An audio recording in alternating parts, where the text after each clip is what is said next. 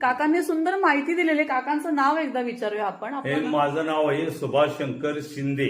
अच्छा मुक्काम पोस्ट तेटली, तालुका जावली, जिल्हा सातारा. अच्छा, साताऱ्याचे आहेत काका. खूप छान माहिती दिली आणि आम्हाला बोटमध्ये आपणही ओळख करून दिली तर चालेल आम्हाला. सगळे इथे पर्यटक आहात की ग्रामस्थ ते पण सांगा तुम्ही. पर्यटक. अच्छा.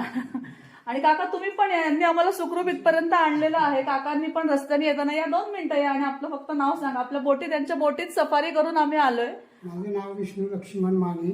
अच्छा, काकांनी रस्त्याने येताना पण आम्हाला थोडीफार माहिती दिली. तर अशा प्रकारे या ठिकाणी पर्यटक आणि ग्रामस्थ सगळे जमलेले आहेत आणि सुंदर असं ठिकाण आहे टापोळ्यामधलं. चला, खूप खूप मनापासून धन्यवाद तुमचं सगळ्यांचं. आभारी. नारायणपूर म्हणजे नारायणपूर मध्ये नारायण महाराज त्यांनी पहिली फार वर्षापूर्वीपासून त्यांनी तपश्चर्या केली आणि तपश्चर्या करून त्यांना भगवान परमेश्वर पांडुरंग त्यांना ते प्रसन्न झाला. ते अशा ठिकाणी एखादा मठ बांधावा की जेणेकरून कोयनेच्या सुद्धा लोकांना, कुठल्याही लोकांना की त्यांना तीर्थ झालं पाहिजे.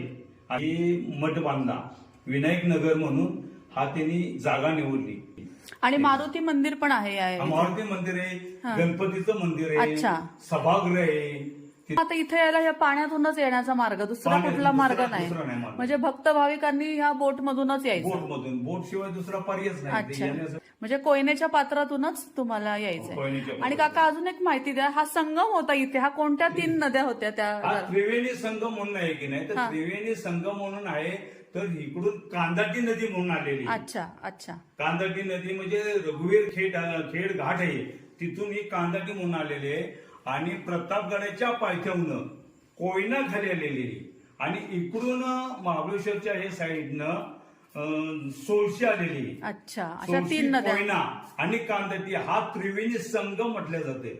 आणि तिथून खाली हे पाणी गेले ते कोयना धरण पाटणला. त्याच एक बॅकवॉटर कमसे कम मला वाटतंय 90 किलोमीटरचा अंतर प्रतापगडापर्यंत आहे. त्याचा हा सगळा पूर्ण. अच्छा, 90 किलोमीटरचा फुगवट आहे. बापरे, सगळा फुगवट आहे पाणी. मग आता इथे जेव्हा यात्रा तुम्ही म्हणला उत्सव भरतो किंवा मग तेव्हा लोक सगळे ह्या पाण्यातूनच येतात का? पाण्यातूनच येतात दर्शनासाठी. ते गाडी नेते तर बाकी कस्टमर वगैरे आहे ही बोटीनच येतात ना. मग तेच गाडीने येण्याचा मार्ग आहे का या ठिकाणी गाडीने येण्याचा मार्ग म्हणजे डायरेक्ट सातारा ते हा विनायक नगरला गाडीने येण्याचा मार्ग आहे. म्हणजे जमिनीवरूनही मार्ग आहे. मार्ग आहे. अच्छा अच्छा. आणि तापोळ्यावरून तुम्ही जर म्हणलं यायचं तर ते पाण्यातून सुद्धा काही लोक बोटीनच येतात. काय आता महाबळेश्वर आता एक पूल बनतोय, तिकडे एक पूल बनतोय, तिथे एक पूल बनतोय, असे 3 पूल बनते. ते शिंदे साहेबांनी आमच्या ते मनावर घेऊन ते झाल्यापासून आता ते त्यांनी चाललंय ते कामाचं पूल.